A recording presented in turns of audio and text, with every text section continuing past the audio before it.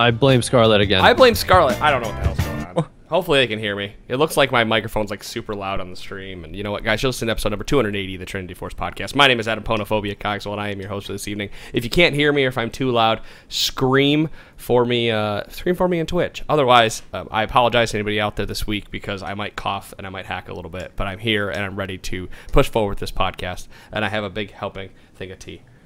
I was about to say your voice sounded way worse 20 minutes ago. It's gotten better, so it's weird because I've been doing that all day. Like it goes up and down all day. Like I feel great and I feel like shit. You go into a new mode when it's podcast time. You become, podcast host Adam. Do I use like Super Saiyan? It's an alter ego, really. Am I allowed to say I go like Super Saiyan when the sure, podcast turns on? Can somebody like go to the Twitch VOD afterwards and video edit Super Saiyan hair onto Pwn? Yeah, I'll scream Those for are you. my favorite GIFs. That would be amazing. Be like, shh. Anyway, guys, thank you so much for listening to the Trinity Force podcast. My name is Adam Ponophobia Cogswell. I am joined by 3 great guys this week. Well, 2 guys and a girl. Daze is here. Hey. Punch is here. Good evening. Cheer is here. What's up? What up? Guys, we are moving right along. If you haven't already, please join us in the in-game chat room, T-Force.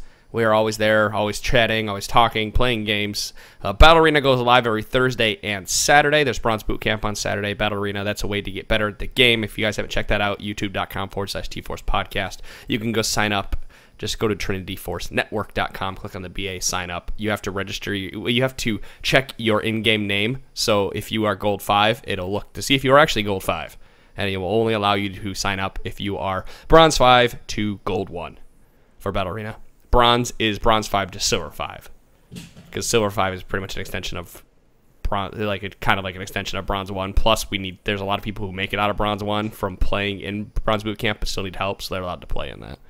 So we kind of extend it a little bit, guys. Yeah, and that's it. So that's Battle Arena. That's Bronze Boot Camp. I think we're just gonna roll right into patch 5.14 because we've got Elise to talk about. We got to swing back around to Misfortune and Gangplank. We got to talk Dragon Timers, and we have to talk Zeke's Herald as well. And then there's also Runeglaive and a few other little fixes and tweaks here. Hell, we can bitch about the new UI at the end of the show if we really want to, because I think that'll be really fun. So why don't we just start and talk, and I'll let Chira take over. He wants to talk a little bit about Elise, because I know he was on the fence as of last week whether he thought he was good or not. Sure, did you play Elise over the weekend? I played a lot of Elise this weekend, and I got the hint that you played some Elise. I was super on the fence just because, like, the first grouping of buffs I was just sort of like about, and then after the recent change to the Spiderlings now doing AP damage and scaling with AP damage, and the itemization changes, holy crap, you can build basically a Rylai's and a Liandry's for your only damage items and still do way more damage than almost everybody else, and building like a bruiser after that. So Elise is really fun right now.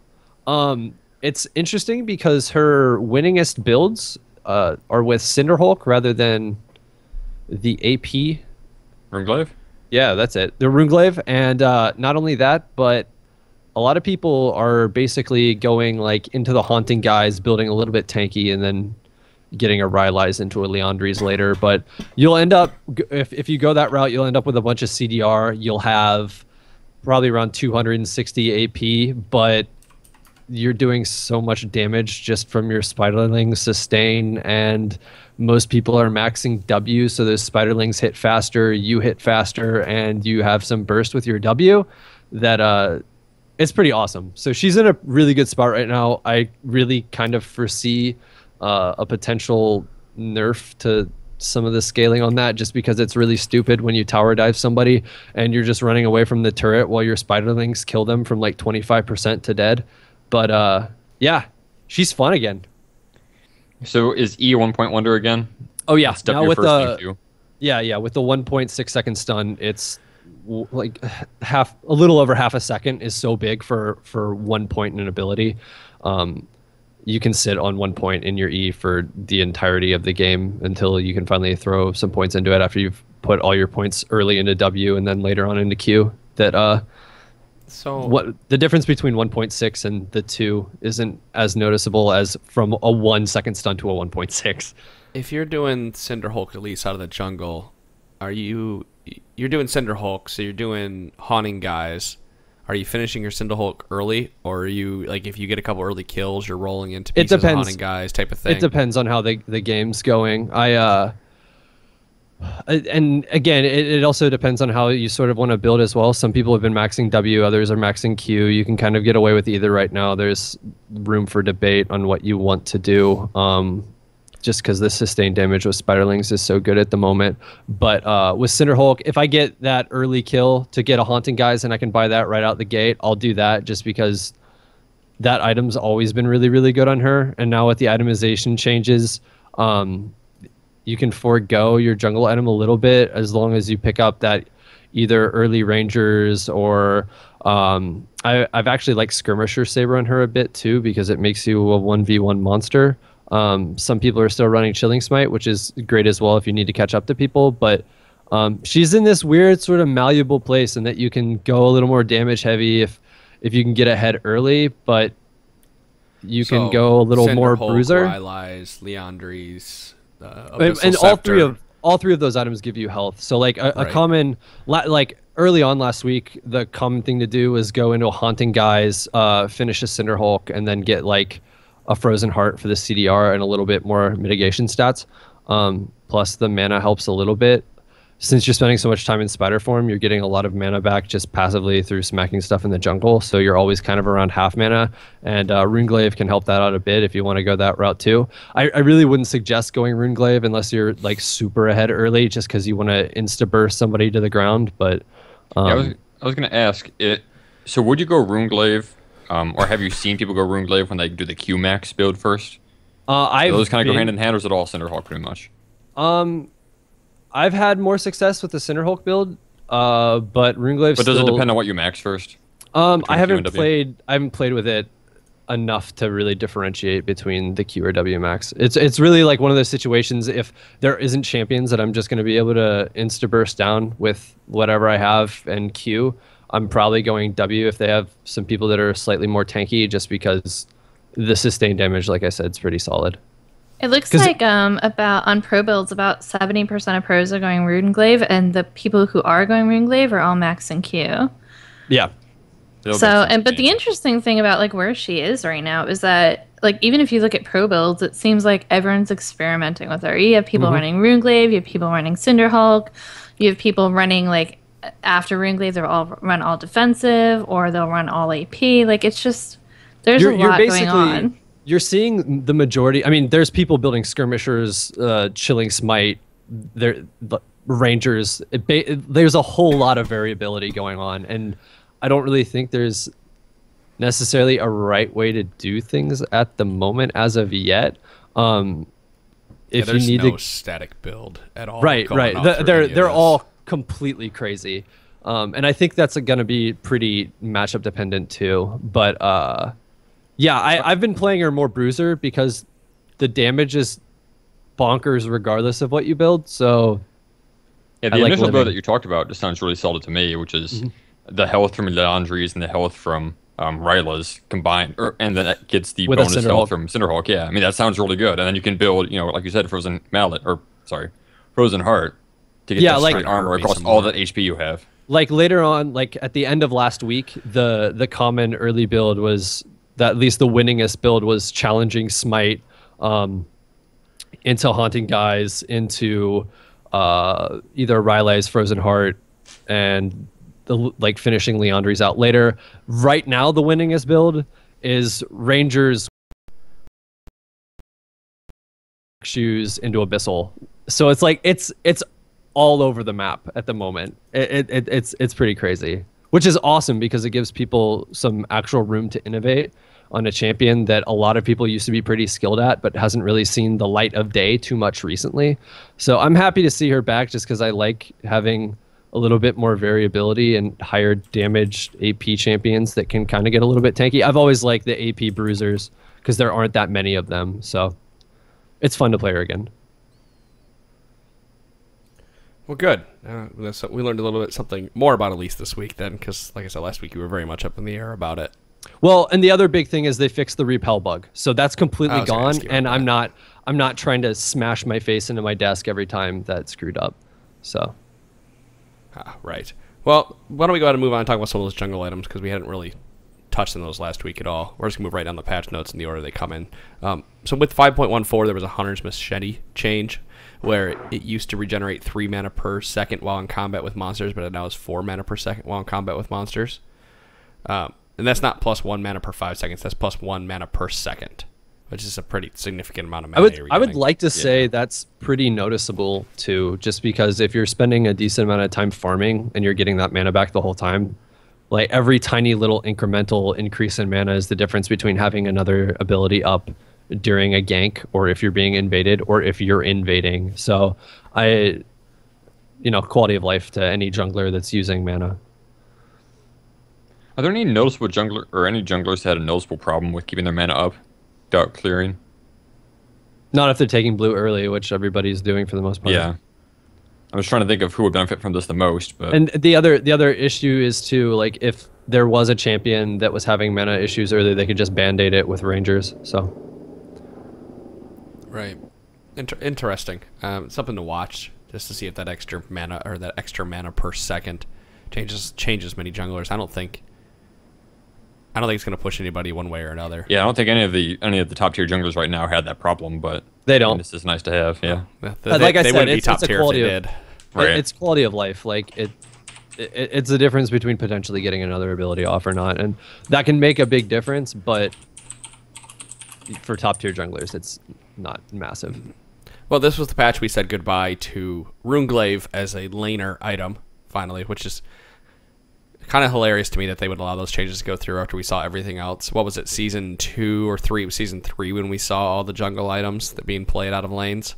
Right. Was that correct? Yes. Yeah, that's when you got the, especially mid lane. Wraith. Spectral Spirit Wraith of the Lizard Elder was big in like top lane and mid lane.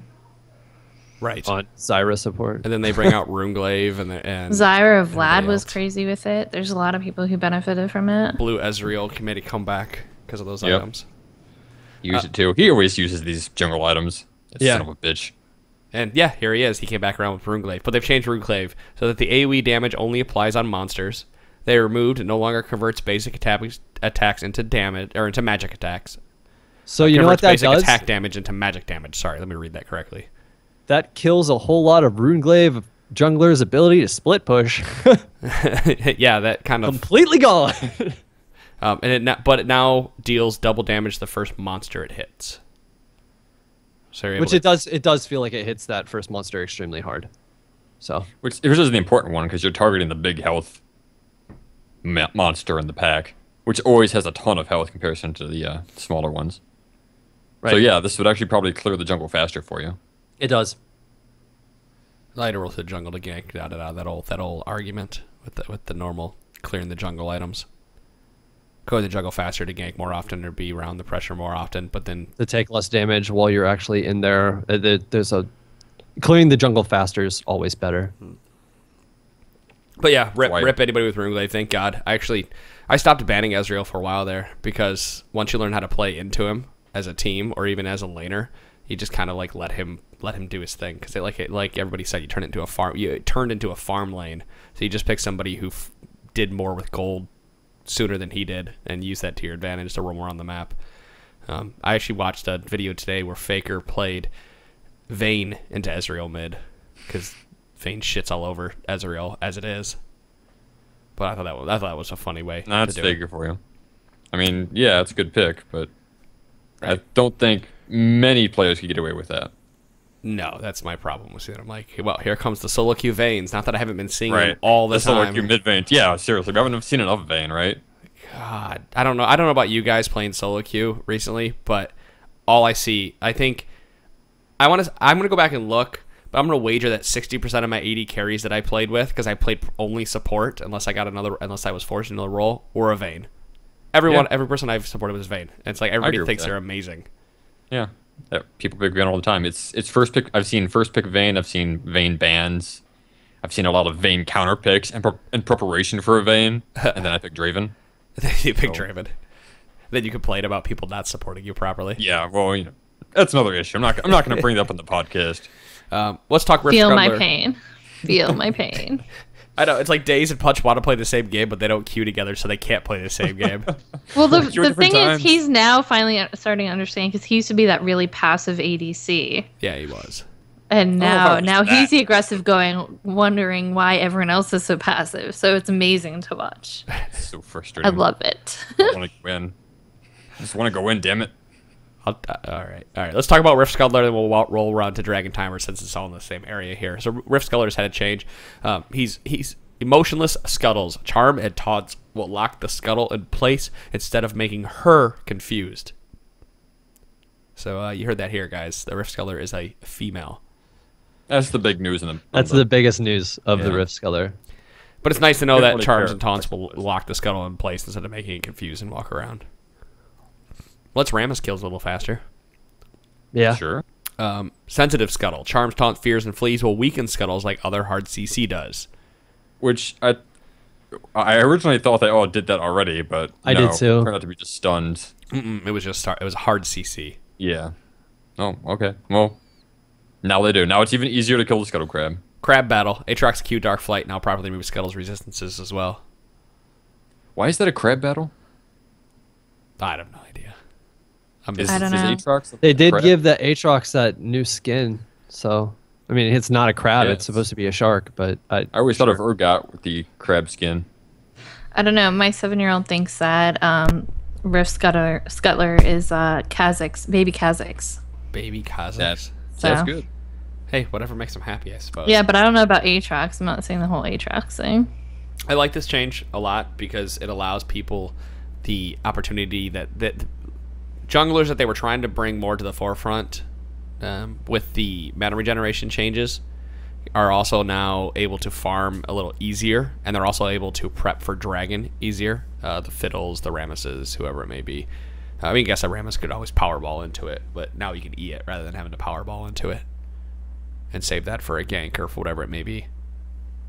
Somebody else has got to continue. Yeah, no, that's a good point. No, that's a really good point, that if you have to use your hard CC to, get Rift Scuttler and you have like a dragon fight or something coming up, then you're down a significant cooldown, and usually those are pretty long. Right. So yeah, that's definitely a huge point for that. And being able to take it in preparation for a dragon fight, like Fiddle being able to fear it now and then properly drain it through and be able to set up for that dragon fight helps him quite a bit. It's funny that you say like using a long cooldown to stun it to take the resistances down, because almost every single time I go to CC Rift Scuttler to do that and I don't know where the enemy jungler is, I'm like, this is the time they're gonna come and kill me. Exactly. I get that like weird little itch in the back of my neck that's just like, oh, this is where I die, that I shouldn't die at.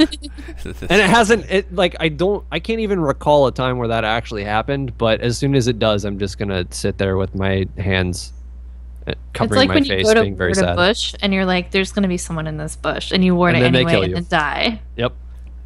Mm-hmm. Well, let's talk about Dragon and Baron encounter timers, because those have had a massive overhaul in this patch. The long and the short of it is now you will always be alerted whenever the enemy takes Dragon or Baron. Whether you have vision or you do not, you will get alerted and you will have the timer. If you have not noticed, it says the dragon has been slain, and it shows it up in chat.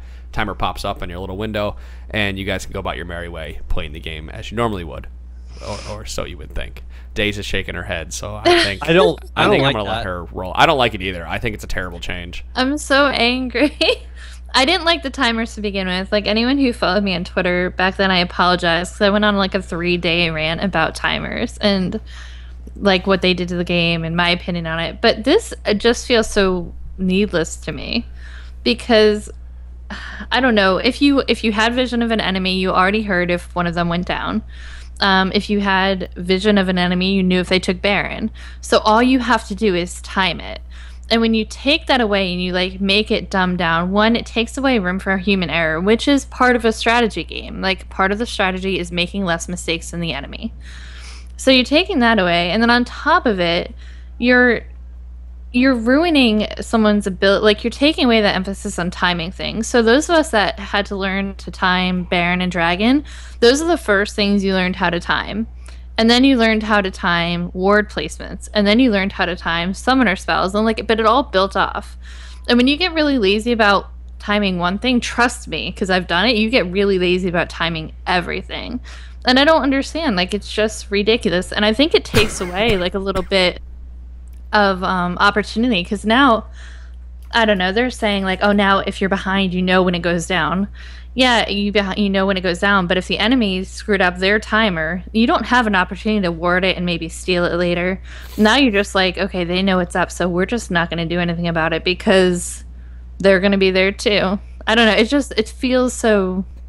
In that same vein, I don't like the fact that you're rewarded with knowing when Baron and Dragon go down if you didn't, like, if your team isn't collectively looking at an objective or you haven't warded it. Like, that was part of sneaking one of those big objectives. Oh, you went in and they didn't have any vision on it. You deserve that. So now when they waste the next 30 seconds to run down there and check it out to figure out whether it's dead or not. And then there's a 30-second gap. They don't know, did you clear it 30 seconds ago or did you just finish? Are they afraid to go that way to waste even more time because you might be sitting in a bush on the way there? Are you actually sitting in a bush on the way there waiting to get a pick? Like, how many times have you lost or won games like that where, like, you get it and then you're sitting there? Yeah, waiting for them to come because they're panicked trying to get some vision on it to see if they can potentially steal it. To see if it's there, just to know if it's there or not. So I see this more as you're rewarding bad play, whether, like, yeah, they might know that they're playing poorly because they're not used to warding, and it might be way worse at, like, lower levels, and that might be where this kind of change is meant for. But in higher rating, if you don't have that warded at certain points in the game, or if you're that behind, do you really deserve to have the timer on that? Yeah, this sounds to me like another way that Riot wants to try and anti-snowball the game. Why? I know. I don't know why they're doing it. I don't like the anti-snowball that they're adding in here, and that's the whole thing where, okay, so if one team sneaks a dragon, then they have the counter and nobody else does. They can sneak the next one and the next one, and then it snowballs from there. But if the enemy team is so bad that they can't determine when the other team is taking dragon, then they deserve to lose those. All they have to do is notice that, hear the roar. Like, as long as you had vision of someone on the map. Someone on the map, right. You heard the roar. And if all five if you see 3 people come from that area, you know they took it. Like, just type it in chat. Well, and if you can't do math, you don't deserve the timer either. Like, that's room for human error. I've screwed up timers. I've lost dragons because of it. It's my fault. I didn't deserve that dragon. It's just part of how you win or lose the game. To play devil's advocate with this, and this is strictly playing devil's advocate, is that timers, as it stands in the game, are not used to the full potential in solo queue. I'd argue that it's not up until the high echelons of Diamond, which people are actually using those timers to their full advantage. Again, I'm playing devil's advocate here. Well, and we tell people out there you should time flash timers. It's 5 minutes. But how many people are playing around that 5-minute flash timer? My bet is probably not that many, considering I still even see Diamond players don't do it. You know, it's hard to do, and you have to, like Dave said, you have to make that mental note, and you have to try to play around it. And if you forget it, you should get punished for not doing it. But that is a strategy in the game, again, to play around timers and to understand how to use those to your advantage. But when it comes to solo queue, if I'm not the one, from what I've noticed, generally speaking, from my experience, again, this is anecdotal evidence, is that if I'm not the one paying attention to the dragon timer, nobody on my team is paying attention to the dragon timer, and no one is trying to play around dragon. So does that timer actually, does having the timer for everybody actually do anything for the majority of solo queue games? But the thing with that is, so you should be rewarded for paying attention to dragon timers. Like, that sets apart higher level people from lower level people. And when the last round of timers came around, when they put all of these timers in the game, because at one point they were non-existent, their whole defense was, A, nobody uses them, and B, you had to have vision in order to get the timer. So there was still counterplay around that. So now they're like, oh, well, nobody's getting vision. Nobody's timing them if they don't have them. So let's give everybody a timer. And now the defense is, okay, well, nobody's prepping for them in front of the timer. So is the next step going to be, okay, we're going to have like a green flashing light and a sound effect a minute before dragon comes up? Like, how much can you simplify the game? It's not difficult. Right. And I know that, yes, in order to know that that's a skill you need, generally people have to research or try to get better at the game or try to learn more. But at the same time, the people who do that should be rewarded for doing that. You shouldn't just have everything given to you. The way I'm going to phrase this is it removes strategic depth. Mm-hmm. Absolutely. Yeah, man, that's depressing though. It is. And I was playing some solo queue games the other day, and we were walking back to lane, and suddenly it goes, the enemy team is taking dragon. I'm like, oh, okay, well, great. Now we'll know to play around that in a few minutes when we're gonna hit our power spike, and we can play, we can play around that in 5 minutes. And that was nice information for me. That gave me an advantage because I was trying to rally my team. But at the same time, I think I had another game where an Udyr took it at level 5 or something, and it gave everybody that notification. And is that a fair advantage for that Udyr who prepped for it and did his route correctly to walk down there and take that dragon to sneak it underneath and give the rest of us that 6%? Well, and here's the other piece of that too. Let's say Udyr or Fiddlesticks or Nasus or whoever can take it early goes down and actually does that. Why are you giving the knowledge to the enemy team that they went and took that dragon when 3 minutes later that team ends up getting a solid kill bot lane, like the enemy team that didn't get dragon? And they might go towards dragon to see if it was up and waste time because it's not there because they didn't know, they didn't have it warded, and they didn't like take into consideration this champion could solo it at level 4, 5, or 6.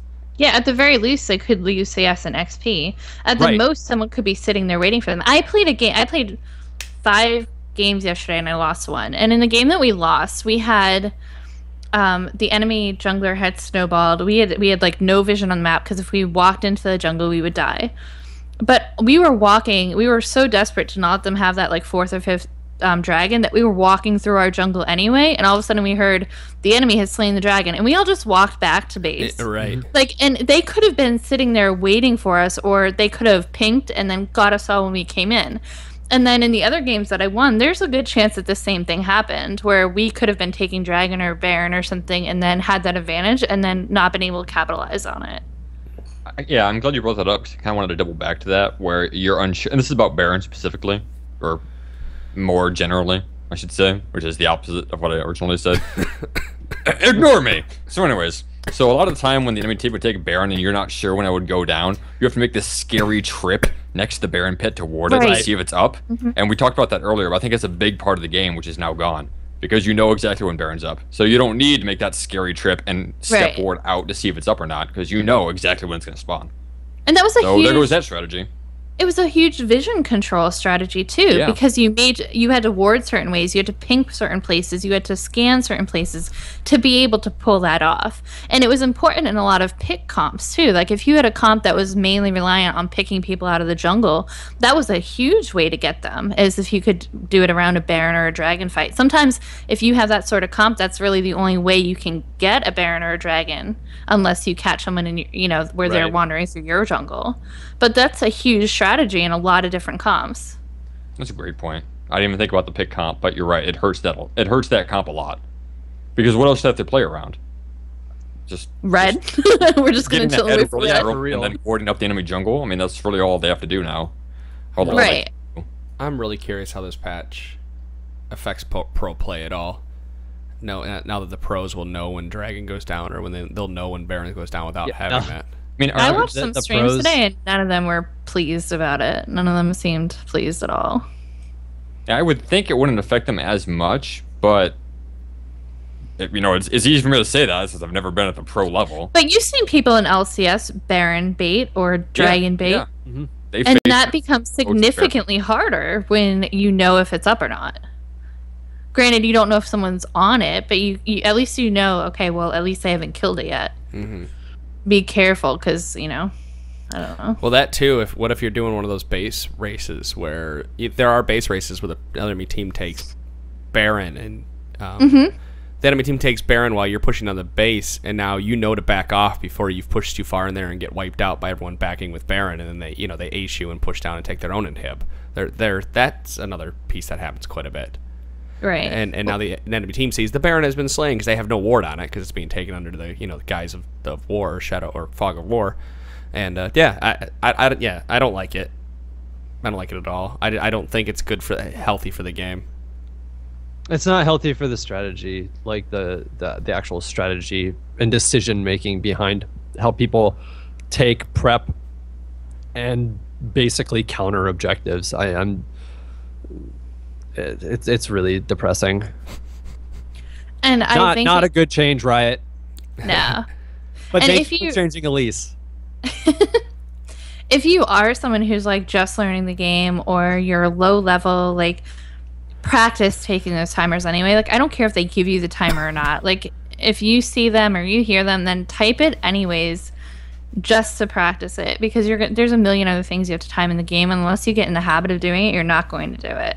And it's really important, because at high levels you still have to time wards, and you still have to time exhausts and summoners and things like that. And like I said earlier, if you're timing those, please play around them. Don't just time them and time them. You gotta time them and use them. I mean, they say in their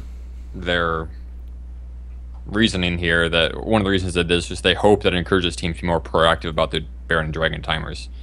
And if that ends up happening, I will be happy, but I don't have much faith. All you needed... It's not hard to time already, and people don't pay attention to timers. Exactly. All you had to do as of now, especially because it was so easy to time, is just warn people a minute and a half ahead of time. Mm-hmm. I mean, I don't know. We've all done like the Patreon videos or other like coaching things. People in low elos don't press time to begin with. So like, unless you literally start warning people a minute before Dragon's up, it's not necessarily going to help them that way. So you're essentially taking away higher level play from the higher level players. And it's not even necessarily helping the people that you're trying to help. You still have to have someone call out a minute and 30 to Dragon, go heal, a minute to Dragon, let's prep. That doesn't change at all for anybody. That still has to happen. Yeah, there are still games over the weekend where the jungler was in the top part of the map while Dragon was spawning. And we'd ping Dragon like crazy, and he's like, yeah, not worried about that. You got other things to do up here, like take these Krugs. It's Krugs. I mean Crumps. Maybe this extra wave of CS that's sitting up here. It's a different story if they're gonna take first Dragon for like a turret and a kill, because permanent objective removal is better than non-permanent ones. Someone just pointed out how easy it is to figure out drag too. Like, all you have to do is click on somebody and it shows you the icon that they took it. Like, if you're not sure if they just warded or took it, like, there were so many ways that you could get the timers yourself. All you have to do is not be lazy. Like, I feel like this was just like a lazy fix. I don't know. I'm very upset. I can tell. I'm very upset. Well, are you as upset about Zeke's Harbinger? No, I think people like blew it up a lot. I think people got way too, oh my god, this is OP too fast. Thought about building it once and then didn't. That's all my experience with it this weekend. I built it once and then I never built it again. I've built it a couple times. The thing with it is that, all right, so you have like 3 main types of supports. You have the tanky supports, not laning style, but just types of supports. You have the tanky supports, you have sustain, and you have AP. All right, your tanky supports don't need the AP. They need more tanky stats than what this offers you. And they don't have spammable abilities, so they can't stack it the way they want to. Your AP supports typically have more important items to build. Like, they have to build that damage. That's half of why they're effective, is because they output enough damage to keep people off of your carry. So maybe, I guess, this could be like a 5th or 6th item as a support. So maybe you don't go death cap as a support. But, like, that's so absurd to go, you gotta be rolling around in gold. Right, exactly. To even think about 6 item, and then to also recall that as a support, you should always have pink wards. Like, you should always have a spot open for pink wards. So if you're getting this and you're eliminating a pink ward spot, you're also risking your objectives, you're risking any picks that you're trying to make, things like that. And the problem with putting this on sustain supports is that you definitely can't rush it because there are so many more important items. You have Mikhail's, you have Locket, you have Randuin's, you have Frozen Heart, like all depending on what you need, because if you're sustained, you're probably squishy as hell. And sure, you have the cooldowns to kind of spam it to get it back up to where you want, but it's still unreliable. And if you're not surviving and you're not keeping your carries alive, then it doesn't matter if you have this item or not. It's kind of like Ardent Sensor, where it's a great luxury item. Like if you could get it again as like a 4th or 5th or 6th item, then great. Like the couple of times that I've bought it have been on games where like we snowballed pretty hard, and then I had my couple other items first, and then I was like, well, we might as well close out the game. And I had enough money to buy this, and I wasn't in danger of dying, and my carry wasn't in danger of dying, and we were winning. So what are the core items that you would build first before this in those games? It depends what you play against. Mikhail's, like that's really Locket, situational. Sightstone, Talisman. Those are 4 right there that I can name. Sightstone and boots are required. Sightstone and boots are required. Upgrading your trinket is required on every support.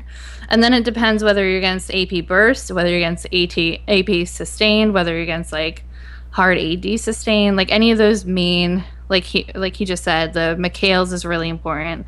Locket, Randuin's, Frozen Heart are like your 4 main. Face of the Mountain if you're a tanky support. And the other problem is that like the stacking on it is so unreliable. So I watched a Janna play with Cutie Pie, and she bought it, but it would pop before team fights, and because it was Janna and her cooldowns are either longer or extremely essential or are only targetable, like her 3 main spells, she wasn't able to spam it to get it back up to where it needed to be in time for a fight. So like he blew all his crits on minions, and it was like, well, that was exciting. I feel like this item would be that much more interesting instead of like activating on damage. The support gets to choose when it gets activated. So like you build up the stacks to it, and then like let's say you're in a game. Yeah, exactly. Let's say you're in a game with that Master Yi who's been stacking that Devourer for however long, has a bunch of kills, and I'm just using him as an arbitrary example. But let's just say everybody else on your team got stomped, and you're putting all your hope into that one guy who could potentially just wreck some face. And now you have an item that instead of it just randomly going off when you have enough charges and you or the person hits somebody, you just wait for the right time to make him God for 6 seconds. Do we actually want to say what this item does? Oh, did we not even go over it? I don't think we covered that. I think yet. A lot of people, yeah. Yeah, I assume they did, but I mean, we can actually go over it again. So I'll talk about it. So the build path for Zeke's Harbinger is now Glacier Shroud plus Amplifying Tome, plus another Amplifying Tome plus 480 combined cost. Gives you 250 mana, 35 armor, 50 ability power, and 10 cooldown reduction, which I think we've mentioned is a pretty odd combination of stats. The unique active is bind to a target ally, and this will remove other conduits on your target with a 60-second cooldown. Now the conduit part is unique passive. No. So when you're bound to an ally within 100,000, within 100,000, Jesus, not 100,000, but 1,000 units of each other, you and your ally generate charges, stacking to 100 or reached and lasting for 8 seconds.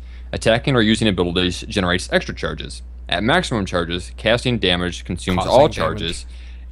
Causing damage. Thank you. Consumes all charges, increases you and your ally's ability power by 20% and critical strike chance by 50% for 6 seconds. So that conduit part is, the reason you would actually think about building this. Right. And the one game where I thought about building this was when I was playing Janna. And I built a Glacier Shroud already because there was heavy AD. I was wondering what I could do with it because I was hesitant to build Frozen Heart because I'm Janna. I'm not going to be in the middle of the team fight.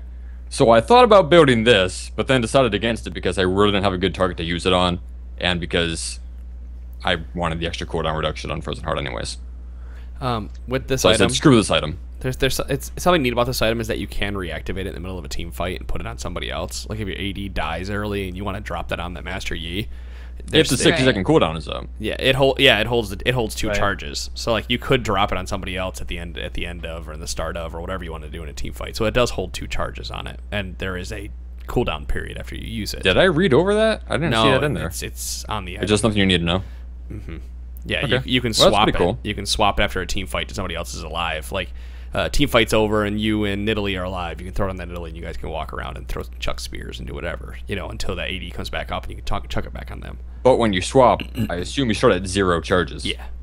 Yeah, you do. So you have to build that up again. It would be so much cooler if the support got to like pick when it went off. Like, how good would you feel if you caused massive death by pressing a button because you timed something correctly? It would be too powerful if you could. I think pick it off. they'd have to knock it down. I will tell you that like in the games that I got it built, the person I was doing with Mighty was like, oh my god, that was the best I felt playing AD in like 3 seasons. Yeah. Like it was just like red numbers over like 900,000. Like it was great, but it's just so difficult to get it there. And if you want to use it, the best way to use it is on like a spammable champion like Sona or Soraka. I'm not even sure Nami is great because you can only really spam a couple of her abilities.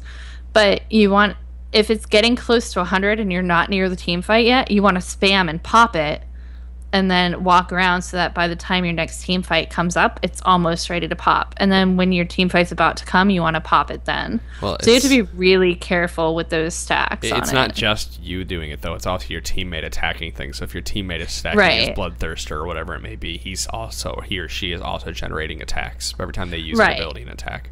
But if you see them getting close and you're not near a team fight yet, just go ahead and like pop it so that you can start getting those stacks up again. It's a really precarious item. It's very difficult to manage. Is there a visual cue for who your target is?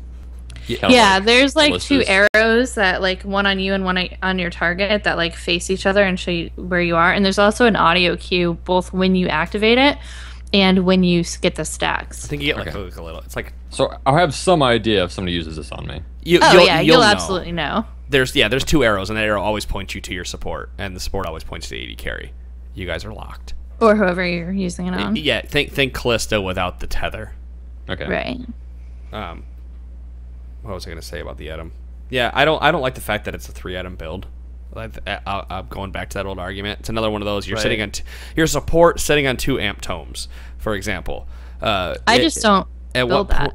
Right, yeah, you build the Glacial Shroud for the 10% cooldown reduction. Plus, as a support, do you need the extra 10% cooldown reduction? If you're rushing this, that 10% is nice, but by the time you get it, you're well over capped in CDR, and you're just throwing stats to the wind. And we've made that argument in the past about how a lot of these support items have so much CDR on them, and that CDR is such a generous stat that it sucks for supports.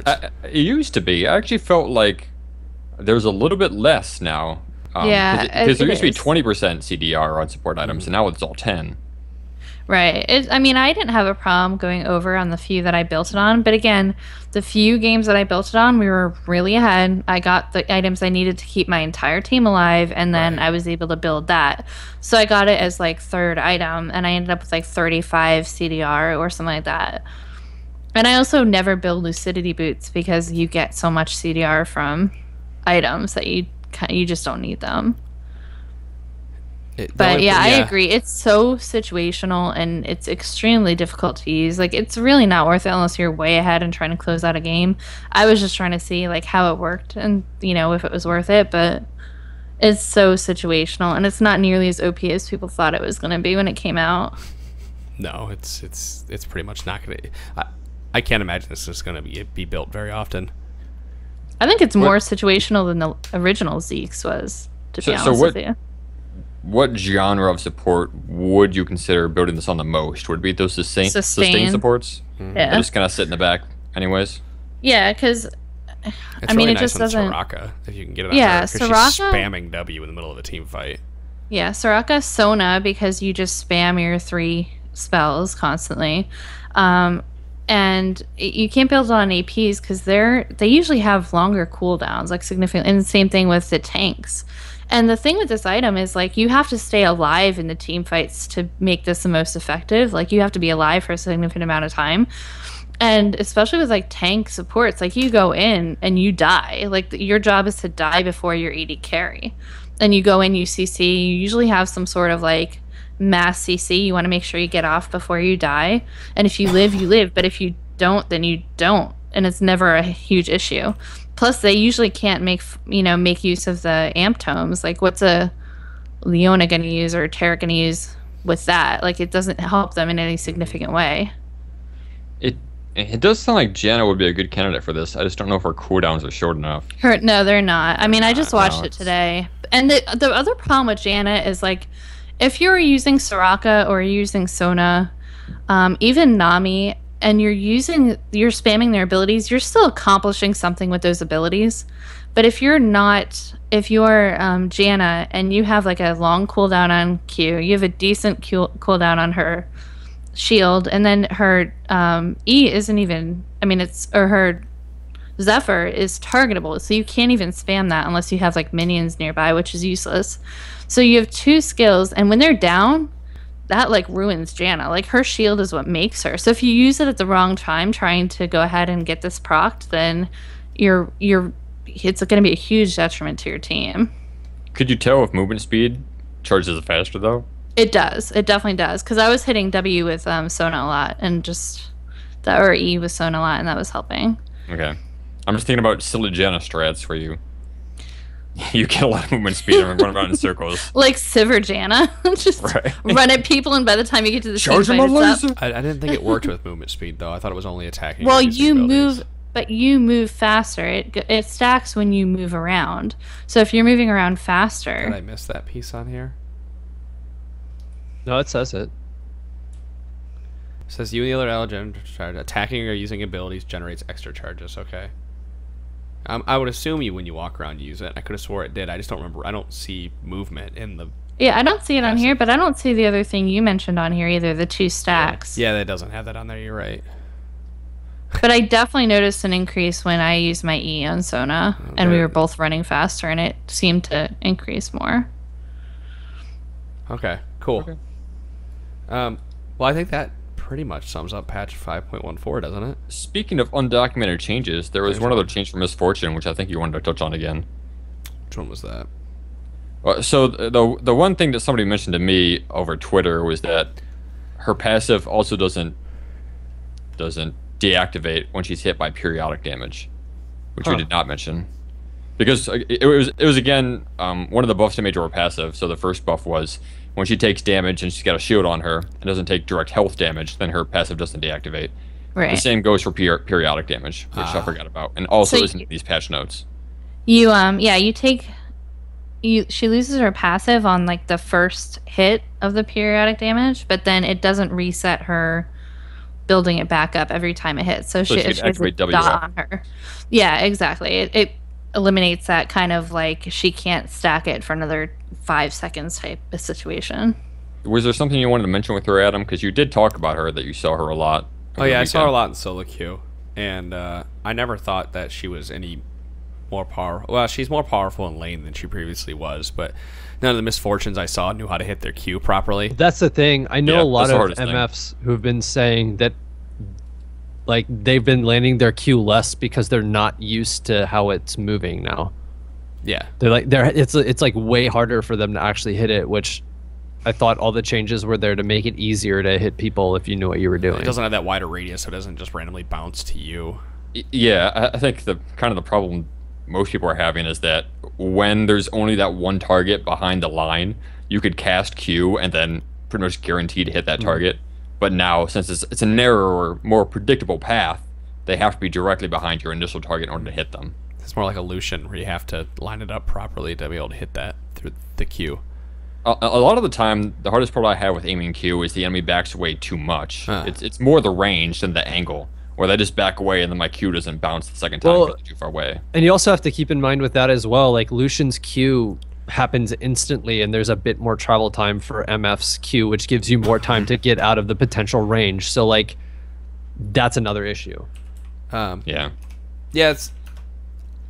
I haven't played as her, but I played against her a number of times, and there's nothing about this new Misfortune that makes me go, oh my god, wow, because she still suffers from the same weaknesses she had previously, and that's where her 6 item sucks dick compared to the others 80 carries, and that she has to maximize her bully potential in lane. And as I dove deeper into it, and I had a conversation with a fellow listener on Reddit that T-Force seemed to be the build on her, a lot of the high-level pros were rushing T-Force on her pre-rework, and you're probably still doing that now because of the Sheen.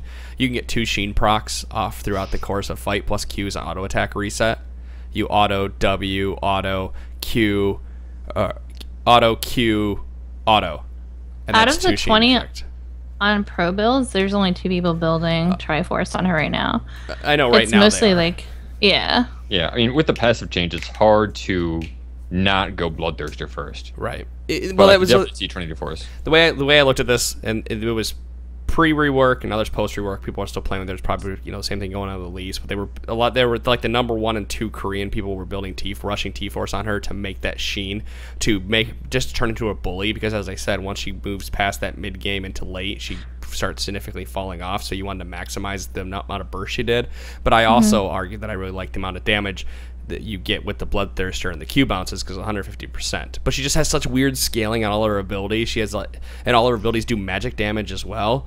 So when you can burst with that magic damage is what made her so powerful, or makes her so powerful. It's only been a week too, so people are still probably trying out goofy builds or what they consider to be the typical AD carry build or whatever, and there's still plenty of time to see what the best sort of build's going to be on that champion. Granted, it's Misfortune, and she's never really had that big of a following anyway, so can you definitively say there was a core build for her? Right. Or are the people that are playing her, are they just playing her because she's new and shiny, or are like, probably. Yeah, I mean, when I played her, she felt, pretty much exactly the same to how she used to play in lane. But I gotta say, that damage buff on the Q, that's really noticeable. It only happened once through the entire laning phase, where I cast a Q on a minion and it died and it bounced. But when that hit, that was half of Vayne's health. Right. That was crazy. It's got a decent AD ratio on it. If I remember correctly, it's 0.8. Plus, it does 150% bonus damage when it bounces. 0.85 on the first hit, and then the second hit is 1.5. Right. Which is huge. Yeah. Huge. And I'm also surprised. I haven't played much Misfortune in a while, so I'm kind of surprised to hear that her late game is so atrocious, because I always thought in pure shots it was actually pretty good, since it gives you a 60% attack speed bonus. But the bonus damage you get is magic damage, which isn't going to scale very well for an AD carry. So I guess that has to be taken into account. Yeah, she's so weird. Everything does magic damage. Yeah, she is. She's very weird. And plus, you have to use her ultimate to start a team fight, because you want to stack up your W really fast. Right. I kind of feel like that's one of the harder parts to play her, because I go into a fight looking to use her ultimate, and if I do that, I usually use it wrong. Oh. Because I use it too soon.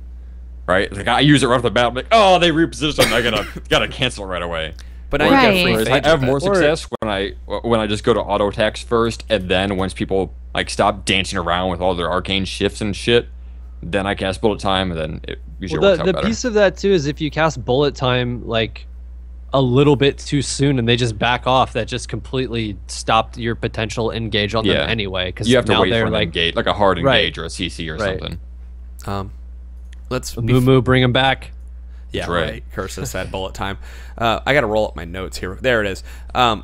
We need to talk about Gangplank real quick, because we had a whole bunch of discussion on him last week, and we all decided at the end you need to max Q, because you have to get the Silver Serpents through the Q, and you actually have to learn to play around his barrels to be able to Q the barrels to get all the Silver Serpents and gold off of all the. Is way more difficult than I thought it was going to be the first time I played him. Yeah, the chain barrels and have them down. It makes it significantly easier when you don't have an enemy killing the barrels. Yeah, but something to point out with GP that people may not know is that GP's barrels apply all on hits that Parlay has. So if Parlay has a Sheen proc on it, when it hits the barrel, every barrel that explodes will have that Sheen proc, or will apply that Sheen proc. Parlay, if Parlay crits on the barrel when it kills it, all the barrels will crit as well. That's pretty cool. Also, those barrels, if you landed on it, somebody hit real hard. Yeah. Like real hard. I've only played against with it. I've only played against one, and he lost in really hard, so I can't really. I don't have a lot of experience. It was bad. He didn't do anything all game because of it. I don't like his. Oh, sorry. I don't like his passive as much as I like his old one, because Yeah, because it's harder to use. Because you have to, what do you have to do? Kill a barrel to get it to come back up, or you have to kill a minion or parlay. I can't remember what you got to do. You got to parlay the barrel to get your passive back up. There's a way to get your passive back up through your E, but as well, it's 12-second cooldown, and the old passive was always up and always working. So you don't have to play around the passive, essentially. So there's more skill involved in threading your passive now than before? Yeah, it's more skill, but it's also kind of annoying when you are trying to stack up those two barrels between the two waves, because you're always going to kill one minion with your passive unless you're hitting a cannon. I need to play with him more again. So you kill a minion, then you have to go whack all the other minions around to get them low enough to shoot a barrel to explode and get all the gold from parlay. There's a lot more skill involved in Gangplank now. His ult also feels like it noticeably hits harder. There were multiple times people would try and all-in me, and I would just ult on top of myself, and they would keep fighting, thinking that they were going to kill me, and then my ult would murder them, and they'd be like, wow, that hit way harder than I thought it did. And I'm sitting there like, yes, it hit way harder than I thought it did. Yeah, because we said it does. You definitely have to. Yeah, you definitely have to move out of the way. Like, even in that game when that guy was doing nothing, like, you still had to move out of the way of his ult. It's not like you could just sit through it like you could with the old one. Another thing I want to point out is that more than likely, AP Gangplank is dead. I didn't think about this last week, but that's not because of the ratios and stuff, but because E and his passive went a lot for making AP GP work, because you got a bunch of free AD from his E. Bury him at sea, because that pirate's dead. That's right.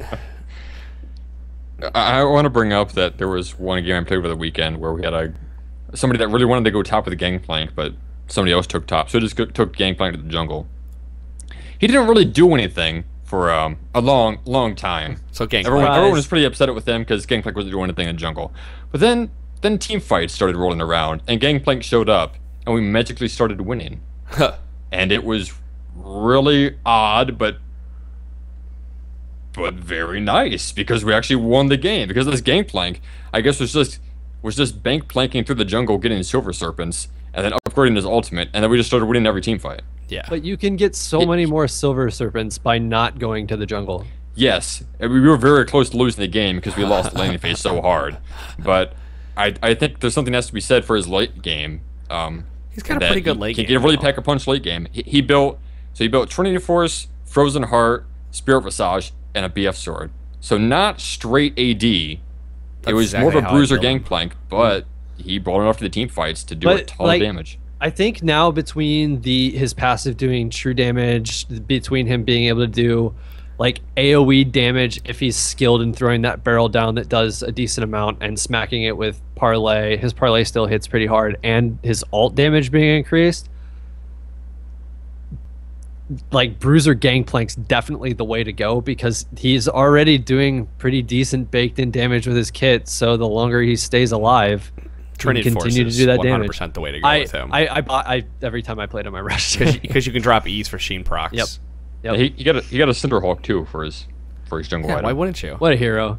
I love it. Yeah, I like the new Gangplank. I mean, it was hard to get the silver serpents. Granted, I only got to play him one time because I haven't been able to play since last Wednesday.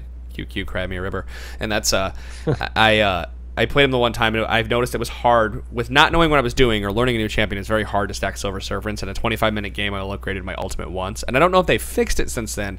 But the last time that I played, you could not upgrade your ultimate from the recommended items. You had to actually go into the store. Yeah, I ran into that situation last night because I was playing him. I had 700 serpents, and I couldn't understand for the life of me why I couldn't upgrade it. I was complaining about that, and I was like, God damn it! And everybody's working? Like, the people I was in the game with is just go to the recommended item list. They're right there, and I'm like, I have 700 serpents. It says I need 500, and I'm pressing a button and nothing's happening. Right. So I don't what do know you what's want going from on. me? Yep. They surrendered anyway, so it didn't matter. But yeah, you have to go to all items and then buy it Gotcha. from there. I can't remember which one it is. I think it's the big one. Is it the big one that's doing the most damage right now, or is it the extra Death's waves? Daughter? It could be both of them. It's that big initial burst that like people are saying is bonkers because they don't expect that first giant cannonball to destroy their face. Yeah. Surprise! Big cannonballs hurt. Yeah, something we didn't mention either. If you guys didn't notice, you can pick any upgraded as long as you have 500 silver serpents. It's not like a tiered upgrade system. The other thing is too, like, by the time you can afford that first upgrade, you're doing enough damage with your Q and you have your barrels upgraded all the way. You can basically full clear a wave with just an EQ combo. Yeah, you can. So like, it gets to the point where it was kind of difficult to get that first like upgrade, I guess, if they're really punishing you by going in and just farming. But by the time that you're easily able to farm, you get those you get silver serpents without even trying. It becomes a cakewalk. You just collect free money. Yeah, I think Bank lives. lives. Yeah, this is like the new and improved Gangplank without the items. Right. R.I.P. Heart of Gold. Yeah, I miss Heart of Gold. I guess technically every Gangplank is Gangplank now since his ult upgrades. I guess know so. They ruined my champion. Anybody else have anything else to talk about for this week? No. I think we're all good. I have to go hug a little kid and say goodnight. I got one thing to say because we haven't said it in a while. It sounded weird to say. If you like our show, go give us a rating or a review on iTunes. Yes, please. I haven't brought that up in forever. Even if you don't like our show. Yeah, if you don't like our show, go and talk shit about us on iTunes. If you don't like our show, email us and tell us why you don't like our show before you give us the rating. But so if you would hate our show, as long as you keep listening. But if you would rather hate our show in public where other people can read it, go for it there. We would prefer to hear the feedback before you toss it on there. But hey, whatever you want to do, go for it. You do you, baby. Well, it's funny because I've thought about this extensively. Like, why would you leave that negative feedback instead of emailing the show and tell them? But I'm like, then that's the whole point of the feedback is to leave it so they get better. So like, it's like this weird like double-edged sword type of thing I'm working with here, or I'm like conflicted. They want to leave public hate because they hate you. Oh, is what I found out. Oh yeah. I should read iTunes reviews more often. Sounds like fun. Yeah, can we get you to read all the iTunes reviews? There's a lot of read them on like the show. Yeah. Oh my god. That's sure. If you send us an iTunes review, I'll read it. That's the bonus in your Boston episode. Accent. We're just I will like unhide the accent. We'll be good to go. And we're just gonna call it Days Reads iTunes Reviews. Oh god. Hey, have you looked at Patreon today? No. Yes, I have now. We are now at $2,103.01 a month via Patreon. So we love all you wonderful listeners that are supporting beautiful the show. Thank you. That's really incredible. We never thought that we would hit that, especially so soon.